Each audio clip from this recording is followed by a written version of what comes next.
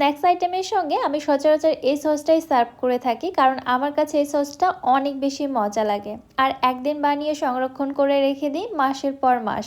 আমাকে অনেক অনেক আপুরা রিকোয়েস্ট করেছিল এই সসটা তৈরি করে দেখানোর জন্য। সো আপুদের রিকোয়েস্টেড ভিডিওটি নিয়ে আজকে চলে আসলাম। আসসালামু আলাইকুম everyone, welcome back to my channel. এটা হচ্ছে একটি থাই স্প্রিং রোল সস। বাজার থেকে কিনতে গেলে প্রচুর চড়া দামে কিনতে হয়, তবে অনেকেই জানে না ঘরে এত সহজেই এই সসটা তৈরি করে নেওয়া যায়। আর সামনে যেহেতু রমজান মাস, স্ন্যাক্স আইটেমের সঙ্গে আমাদের প্রচুর সসের প্রয়োজন, তাই একদিনে এই সসটা বানিয়ে সংরক্ষণ করে রেখে দিতে পারবেন পুরো রমজান মাসের জন্য। চলুন কথা না বাড়িয়ে রেসিপিটি দেখে আসি। বিসমিল্লাহ। সসটা বানানোর জন্য আমি এখানে এরকম লাল এবং পাকা মরিচ নিয়েছি। কাঁচা মরিচটা যখন পরিপক্ক হয়ে এরকম পেকে গিয়েছে সেই মরিচটা ব্যবহার করতে হবে, তবে শুকনো মরিচ না। মরিচগুলোকে আমি খুব ভালোভাবে ধুয়ে পরিষ্কার করে নিয়েছি। এবার মরিচের বোটাগুলোকে ফেলে দিয়ে এগুলো আমি একটি ব্লেন্ডারে জারে নিয়ে নিচ্ছি।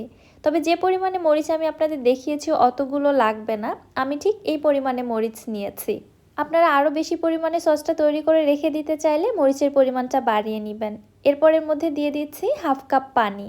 আমি এখানে একটু বেশি পরিমাণে পানি দিয়ে মরিচটা ব্লেন্ড করে নিচ্ছি, কারণ পানি ছাড়া ব্লেন্ড করতে গেলে মরিচটা একদম পেস্ট হয়ে যেতে পারে, অথবা মরিচের যে বীজটা রয়েছে ওগুলো ভেঙে যেতে পারে।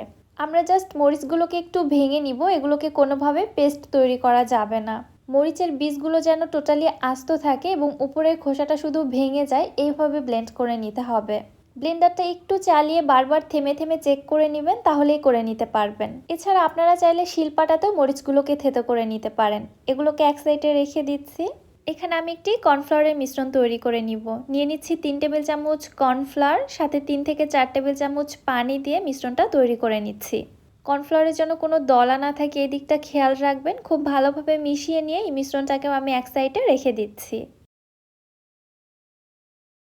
আর লাগবে আমার গাজর কুচি। এই স্প্রিং রোল সসটাতে অবশ্যই গাজর কুচি ব্যবহার করতে হবে। আর দেখুন, গাজরগুলোকে আমি এরকম একদম লম্বা চিকন পাতলা করে কেটে নিয়েছি।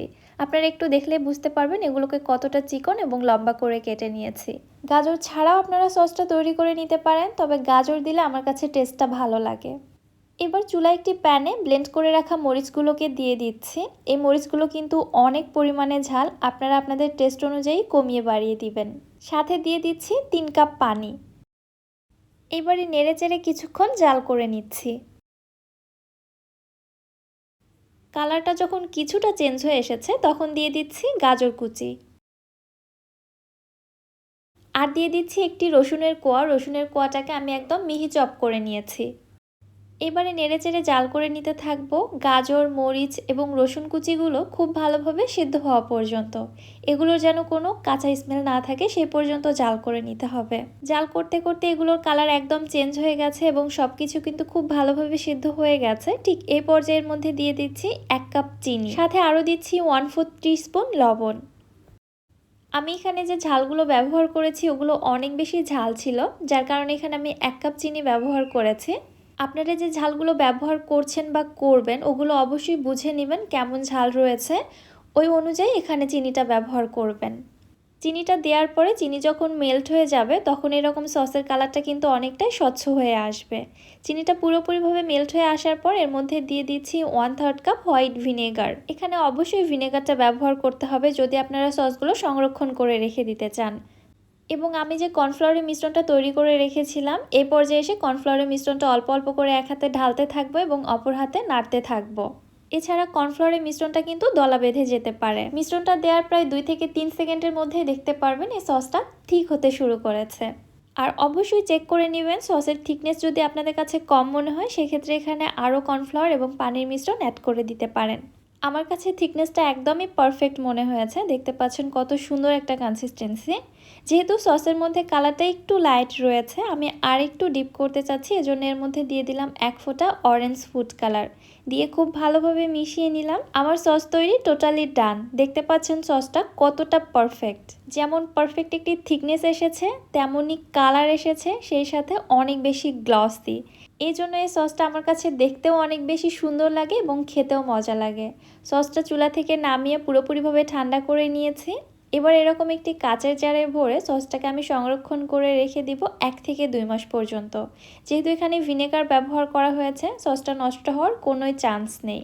এটা নর্মাল তাপমাত্রায় 1 থেকে 2 মাসের মতো ভালো থাকবে, তবে আমি নর্মাল ফ্রিজে এটাকে সংরক্ষণ করে রেখে দিই, আরও অনেক মাস পর্যন্ত চলে যায়।